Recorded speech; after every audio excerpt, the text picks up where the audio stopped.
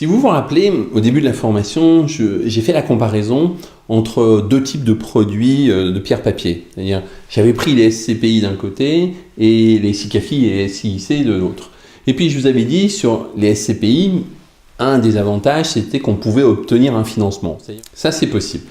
Dans le cas des SIIC et des SICAFI, si vous allez voir votre banquier pour en acheter, il vous prêtera pas d'argent. Tout simplement parce que ce n'est pas la même catégorie de produits. Les SCPI sont considérés pratiquement comme de l'immobilier classique. Il pourra les nantir, bien qu'à la limite, il pourrait nantir aussi vos actions. Mais si vous lui dites, ok, moi je vais acheter, faites-moi un crédit sur 10 ans pour acheter des SICAFI, des SIIC ou je ne sais quoi, il va vous envoyer balader tout simplement. Maintenant, il existe une solution très simple pour financer ce type de produit. Vous n'aurez pas besoin de demander la permission à votre banquier, vous pourrez les acheter, enfin se faire ce financement, ce crédit, et puis acheter ce que vous voulez avec.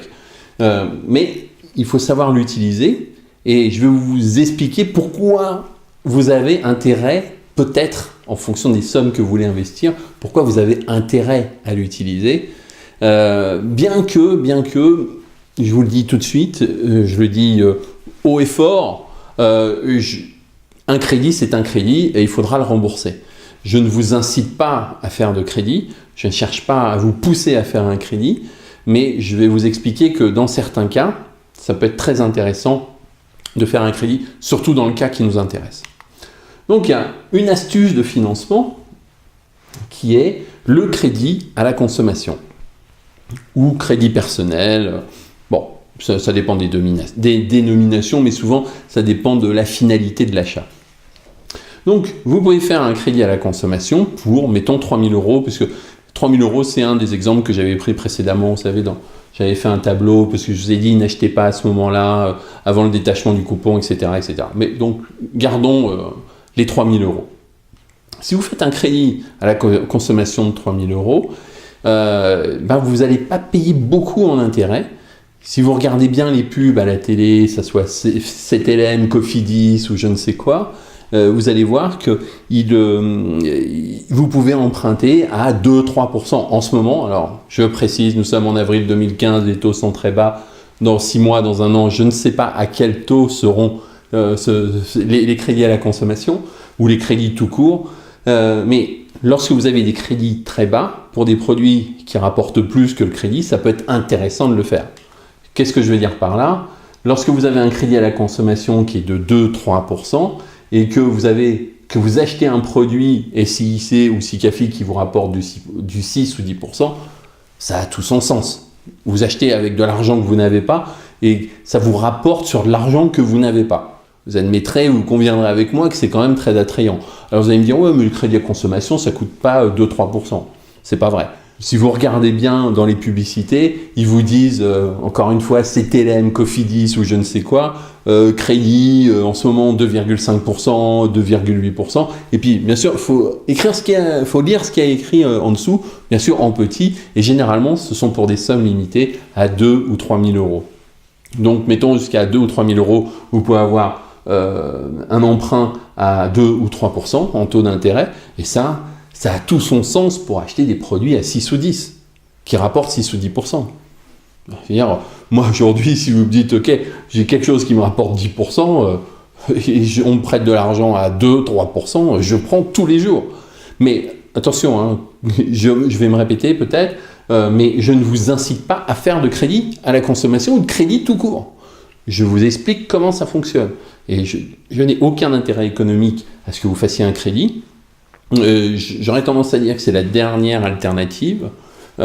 Si vous avez de l'épargne, pareil, par exemple, si vous avez de l'épargne sur un livret A, vous avez, mettons, 15 000 €, je crois que c'est le maximum sur un livret A, qui vous rapporte peut-être 1% ou 0,75 aujourd'hui, je n'ai même pas en tête, je vous dis, j'ai pas de livret A, ça vaut le coup d'investir sur ce type de produit. Alors, bien sûr, vous n'avez pas de sécurité sur la valeur du capital, sur la valeur des parts. Comme je vous l'ai montré, on l'a déjà évoqué tout à l'heure, je vous avais pris un cas où on était à 100 €, on est tombé à 50 €. Vous allez me dire, oui, c'était un dessin, c'est purement fictif, mais je vais vous montrer dans les exemples tout à l'heure, sur des SICAFI que j'ai, À un moment, elles étaient à 150 euros, elles sont tombées à 70 euros. Hein. Donc, c'est pas du fantasme, hein, c'est des choses qui peuvent arriver.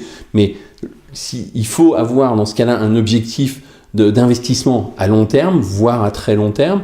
Qu'est-ce que c'est long terme? C'est au moins 4-5 ans, 6 ans. N'importe comment, quand vous achetez un appartement en dur, en vrai, généralement, vous ne le gardez pas 2 ans. Sauf si vous pouvez faire, je parle en investissement, hein, si vous pouvez faire une méga plus-value, peut-être en 3 ans, vous dites, ok, j'ai multiplié par 2, pourriez être tenté de le vendre, je peux vous comprendre. Mais si c'est essentiellement pour récolter du loyer et pour vivre de vos loyers, par exemple, ça peut être intéressant de le garder. Donc il faut avoir quand même une vision long terme et pas une vision court terme. N'importe comment, ce type de produit, j'en ai pas parlé avant, mais c'est pas quelque chose qu'il faut acheter lundi pour les revendre jeudi. Hein. Ça n'a aucun sens, c'est pas fait pour ça. Donc, faire un crédit sur un taux qui est relativement bas, si vous pouvez l'obtenir, 2-3% pour un produit qui rapporte 6 à 10%, ça a tout son sens. Alors, il y a un deuxième avantage à ça, c'est que vous avez des dividendes plus importants. Pourquoi vous avez des dividendes plus importants? Eh bien, lorsque je vous ai dit, par exemple, il faut acheter chaque mois, acheter régulièrement, alors ça peut être tous les mois ou tous les 2 mois, mais ce qui est très important, c'est la régularité. Ce qu'il faut faire, c'est, si vous achetez chaque mois, mettons 100 euros, au bout d'1 an, le prix moyen investi et sur lequel vous allez toucher des dividendes ne va être que de 600 euros. Alors que si vous investissez 3000 euros tout de suite, d'un coup, vous allez toucher, mettons 6% sur les 3000 euros et non pas sur la somme que vous auriez fractionnée chaque mois. Je vais vous prendre un cas, par exemple, on va dire que l'Assemblée Générale, c'est, vous savez, celle qui décide de la distribution du dividende, mettons qu'elle soit en juin, et puis que vous avez commencé à investir en janvier, vous avez investi 6 fois 100 euros, allez, avant l'Assemblée Générale, au moment du détachement du coupon, vous avez 600 euros d'investi, vous allez toucher 6% sur 600 euros. Ça fait 36 euros, bon, c'est pas fantastique. Mais si vous avez 3000 euros, vous les avez investis dès le départ, mettons fragmentés sur plusieurs mois, sur 6 mois, pourquoi pas, et vous les investissez, et au moment de l'Assemblée Générale, vos dividendes vont être comptés sur 3000 et pas sur 600 si vous aviez investi 100 euros chaque mois. Donc vous avez une part de dividende qui est plus importante.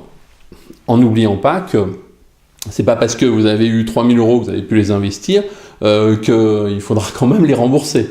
Alors, juste pour vous donner un ordre d'idée, d'ailleurs j'avais l'intention de vous en parler juste après, lorsque si vous empruntez 3000 euros sur 2 ans, un crédit à la consommation, le coût du crédit, je crois qu'il est à 3%, je crois que c'est 96 euros. Vous voyez, c'est ridicule. Et vous allez rembourser 125 euros par mois, je crois, de mémoire. J'ai plus le chiffre en tête. Si vous avez besoin de savoir, vous allez sur Internet, Google, simulateur de crédit, vous taperez Capital 3000, taux d'emprunt, et vous allez connaître tout de suite votre mensualité. Donc, vous avez bien compris que si vous investissez 3000 rapidement, en tout cas plus rapidement, des sommes plus importantes plus rapidement, vous allez avoir des dividendes plus importants et c'est quand même un peu plus motivant.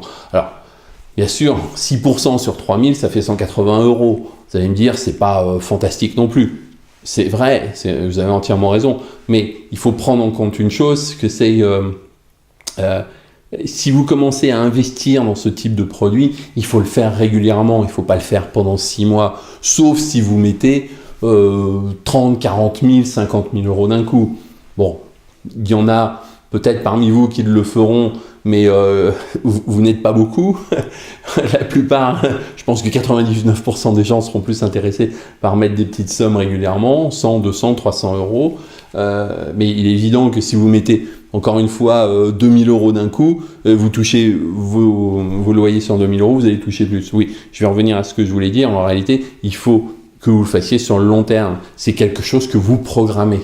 Il faut que vous rentriez dans le système, même si vous le faites sur des petites sommes, même si vous dites « Ok, je le fais, 2000 euros par an ». Déjà, si vous le faites sur 20 ans, ça fait 40 000 euros. Alors 20 ans, vous allez me dire c'est beaucoup, oui, mais quand vous allez voir une banque pour faire un crédit pour acheter un appartement, vous êtes parti sur 20 ans, hein, donc au niveau de l'immobilier, ça n'a rien de débile. Hein. Donc, mais là, c'est encore une fois, c'est une petite somme. Si vous avez plus d'argent à investir, vous avez 10 000, 15 000, faites-le régulièrement. Bon, si vous voulez investir qu'une seule fois, faites-le par tranche, parce que vous savez, le marché il monte, il descend, donc au moins vous répartissez votre risque, et puis vous aurez des revenus plus importants. C'est aussi, ça peut rentrer dans la diversification. Par exemple, si vous avez déjà des actions en bourse, j'ai parlé de France Télécom, Orange, Alcatel, Airbus, ou LVMH, c'est Kerings maintenant, je crois qu'ils ont changé de nom. Enfin bref, n'importe quelle entreprise, vous avez un portefeuille, vous pouvez le compléter avec ce type de produit. Et vous avez aussi un autre avantage, c'est que si vous investissez une somme plus importante, vous avez une diminution du coût moyen du courtage. Le courtage, c'est les frais d'achat. Quand vous passez par un courtier en ligne, vous allez peut-être payer, 0,1, 0,2, 0,3%. Honnêtement, je ne sais pas du tout. Si vous passez par votre banque, vous allez peut-être payer 1%, 1,5%, peut-être plus. En réalité, je vais vous raconter une anecdote, vous allez comprendre, et qui va illustrer justement cette notion du coût moyen, d'une diminution du coût moyen du courtage. Il y a quelques années, il y a une amie qui m'a dit « Ouais, je suis intéressée pour acheter des SICAFI. » Elle voulait faire comme moi. Et je lui ai dit « Ok, combien tu veux mettre par mois ?» Elle m'a dit moi, je suis prête à mettre, je voudrais mettre 150 € par mois. Ok, mais tu veux ouvrir un compte chez un courtier en ligne ou tu veux passer par ta banque? Elle me dit moi, je veux passer par ma banque. Ok, pas de problème. Alors, la première chose que tu dois faire, c'est appeler ta banque et demande-lui combien ils te prennent. Et pour la transaction, sa banque, je ne lui donnerai pas le nom, elle lui prenait pour 150 €, elle lui prenait 25 € de frais de courtage, c'est-à-dire 16%. Donc c'est quand même énorme. Et en réalité, si elle avait investi 3 000 €, eh bien, ça lui coûtait, devinez combien? 25 € aussi. C'est-à-dire que la banque, en réalité, entre 0 et 3 000 ou 4 000 €, je ne me rappelle pas exactement, eh bien, c'était des frais fixes et qui étaient la même somme. Donc, si elle mettait 150 €, c'était 25 €, elle mettait 3 000 €, c'était 25 € aussi. Donc, le fait d'investir plus fait baisser le coût moyen du courtage, puisque sur 150 €, 25 €, ça faisait 16%, et sur 3 000 €, ça faisait que 0,8%. Voilà, vous voyez toute la différence. Donc, le fait d'avoir une plus grosse somme, au travers d'un financement, vous aurez moins de frais de courtage, parce que c'est quand même un peu bête de les donner à la banque inutilement. Puis 16%, vous imaginez, il vous faudrait pratiquement 3 ans pour récupérer les frais de courtage.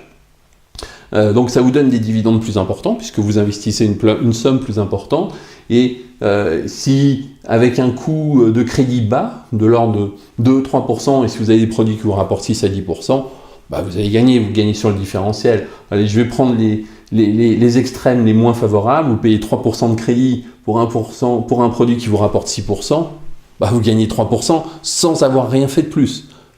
Mais il faudra rembourser le crédit, n'oubliez pas. Mais le crédit, c'est, je vous ai dit, sur un montant de 3 000 € à 3%, je crois que le coût du crédit est de l'ordre de 100 €.